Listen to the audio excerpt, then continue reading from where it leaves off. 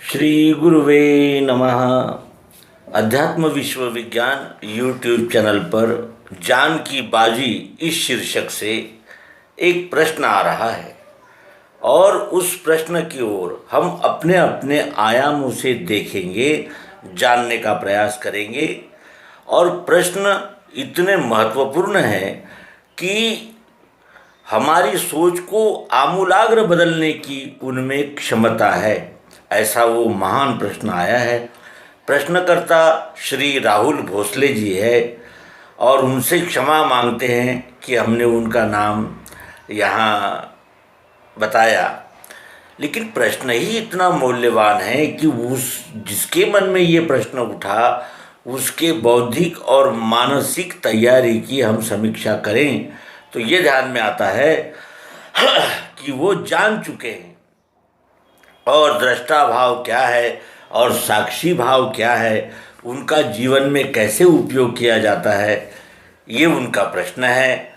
और इतना मूल्यवान प्रश्न पूछने के लिए सर्वप्रथम हम उनका अभिनंदन करते हैं। दृष्टा भाव क्या है और साक्षी भाव क्या है? संत साहित्य, उपनिषद, शास्त्र, अनेक प्रकार की टीकाएं और अनेक प्रकार के तत्व चिंतन, तत्व प्रणालियाँ देखने के बाद ये ध्यान में आता है कि दृष्टा कहते हैं देखने वाले को, और जो दिख रहा है उससे जो दृश्य है वो अलग होता है। दृष्टा, दृश्य, दर्शन। दृष्टा दर्शन करने वाला, दर्शन होने वाला, और जो दिख रहा है वो दृश्य।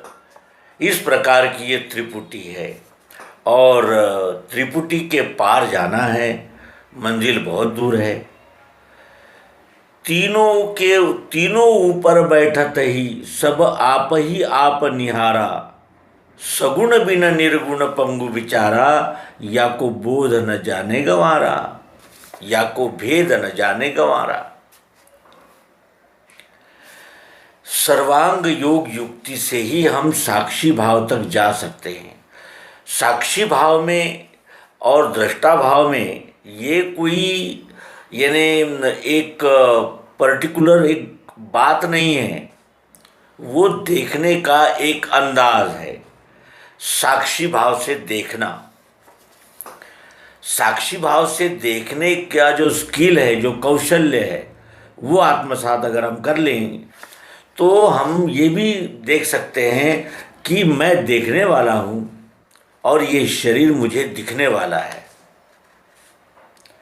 मैं ही हूँ, लेकिन ये शरीर जो है वो मैंने पहना हुआ वस्त्र है, मैंने धारण किया हुआ एक यंत्र है। इसका वो साक्षी हो सकता है।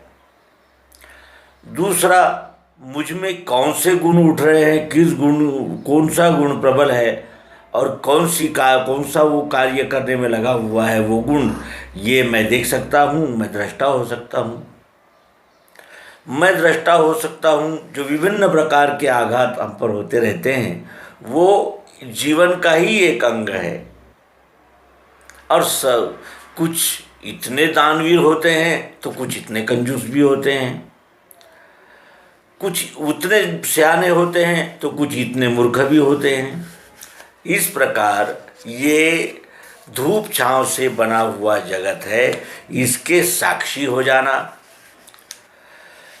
पृथ्वी, जल, अग्नि, वायु, आकाश, ये पांच ही तत्व का सारा खेल यहाँ कण कण में दिख रहा है और ये सबके लिए है, सब में हो रहा है। लेकिन इसके साक्षी बन जाने का अर्थ यह है कि हम इनकी यानी इनके जो चलन है उनकी ओर ध्यान रखें कि कहीं वो विनाश की ओर तो नहीं जा रहे हैं, उसके भी हम साक्षी हो सकते हैं। मूढ़ ही जाने क्या तुम साक्षी पद लाए, ये सद्गुरु भगवान श्री स्वराजानंद जी चैतन्य अपने सद्गुरु के प्रति जो प्रेम है वो व्यक्त करते हुए कहते हैं कि मूढ़ ही क्या जाने तुम साक्षी पद लाए। आप साक्षी पद में बैठ कर आए थे। मायानंद जी भगवान के लिए स्वराजानंद जी कहते हैं। वो साक्षी पद क्या है? इन पांचों कोशों से विलास हुआ ये शरीर पंच महाभूतों से बना हुआ है और तीन गुण प्रकृति के, और इस प्रकृति के अष्टधा प्रकृति ही शरीर के रूप में उपस्थित है, वही एक एक कण में उपस्थित है। और उसमें व्याप्त जो चाहत, जरूरत, प्रियत्व, अस्तित्व परमात्मा है, वो बाह्य रूप बदलता है, लेकिन उसका प्रियत्व समाप्त होता ही नहीं, वो रूपांतर होते हुए भी प्रिय रहता ही है। वो अक्षरात्मा, और इन दोनों का लय पुरुषोत्तम भाव में होता है, विश्व भाव में होता है। और अवतार विश्व भाव में बैठकर अपना अनुभव बताते हैं। मायानंद ने अपना निज रूप लखा दिया, वो लखाते हैं। हमको उनके मार्ग से चलना है। अभी तो हम अपने गुणों के साक्षी ही नहीं हुए। तीन गुण, सतोगुण, रजोगुण, तमोगुण, जिनके विषय में श्रीमद् भगवद गीता का 18वां अध्याय और 14वां अध्याय कह रहा है। और भगवान श्री कृष्ण अर्जुन को तू गुणातीत हो पार्थ, यानी तीनों गुणों का साक्षी हो, तब तुम्हें दिखेगा कि यहाँ मोह करने योग्य क्या है। ये तो रूपांतरण, ये विश्व का चक्र, विश्व का कार्य ही है, इसमें कोई बाधा डाल नहीं सकता, ये इसमें कोई इंटरफेयर कर नहीं सकता। ये तो प्रत्यक्ष देख ले। हम में पंच महाभूत है, वैसे ही एक कण कण में है, जैसे यहाँ है वैसे यहाँ है, वैसे ही यहाँ है। निरे निरे आकारों में है, इसलिए उसे निर्गुण कहते हैं, निराकार कहते हैं। और निरे निरे गुण है इसमें, शब्द, स्पर्श, रूप, रसगंध, सतोगुण, रजोगुण, तमोगुण, ये आठों इसमें ही है, इससे अलग नहीं है, हो नहीं सकते। और इसका अस्तित्व है तभी तो दिख रहा है, और दिख रहा है तो कैसे? प्रियत्व रूप से। तो वो प्रियत्व रूप यही है क्या? यहाँ नहीं है, यहाँ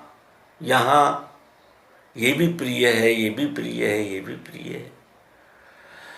इस प्रकार तू गुणातीत हो पार्थ, यानी तू अक्षर के स्थान पर, अस्तित्व के स्थान पर देख, अस्तित्व के स्थान पर उपस्थित होकर देख ले।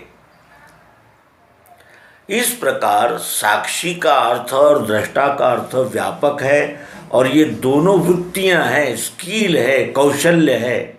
और ये कौशल्य कब सज जाता है? जब मैं आत्मा हूँ, मैं आत्मा हूँ, निर्गुण, सगुण, साकार, निराकार, इन दोनों का लय करने वाला ये विश्वरूप विधाता, उसका मैं अंश जीवात्मा हूँ। जब ये हमारी अकंप वृत्ति में बैठ जाता है कि मैं ही संपूर्ण विश्व हूँ, फिर उसे यदृच्छा से योगक्षेम होवेगा उसका सदा, और अंत में पद सो पावे, वेदों में श्रेष्ठ जो कहा। मूढ़ ही क्या जाने तुम साक्षी पद लाए, तुम पुरुषोत्तम पद में आरूढ़ होकर आए थे और अक्षर का उपदेश कर रहे थे, और अक्षर के विषय में प्रायोगिक पद्धति से समझा रहे थे। हे सद्गुरुदेव, आप ये तीनों भूमिकाओं के साक्षी हो।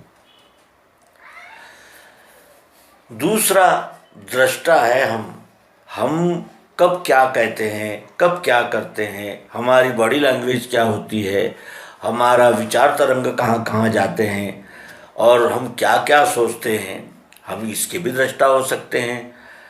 ओशो, रजनीश इसी बात पर ध्यान देते थे कि तुम मन को देखो कहाँ जा रहा है, दृष्टा बनो। वो कहते थे मन का दृष्टा बनो, और मन का दृष्टा बनने के लिए मनुष्य को नर बनना पड़ता है, बुद्धि से चलना पड़ता है, बुद्धि से चलना पड़ता है। मन को पार करके हम बुद्धि की ओर जाएंगे, तभी ये प्रकाश हमें पचेगा और उसका हमें लाभ होगा। तो अब नहीं है तो क्या करें? रोएं, चीखें, पश्चाताप करें? नहीं, धीरे धीरे अपने को दृष्टा और साक्षी भाव में स्थित रखकर इस विश्व के साथ व्यवहार करें। अब दूसरा प्रश्न है कि उपयोग कैसे करें? जब मैं संतुलित और शांत और प्रसन्न और निर्णयक्षम स्थिति में होता हूँ तो मैं दूसरे का माल हड़पना नहीं चाहता, मैं दूसरों को बर्बाद करना नहीं चाहता, मैं किसी की प्रगति से जलना नहीं चाहता, मैं किसी की विकास में बाधा नहीं बनना चाहता, मैं लोगों को दुश्मार्ग पर ले जाना नहीं चाहता।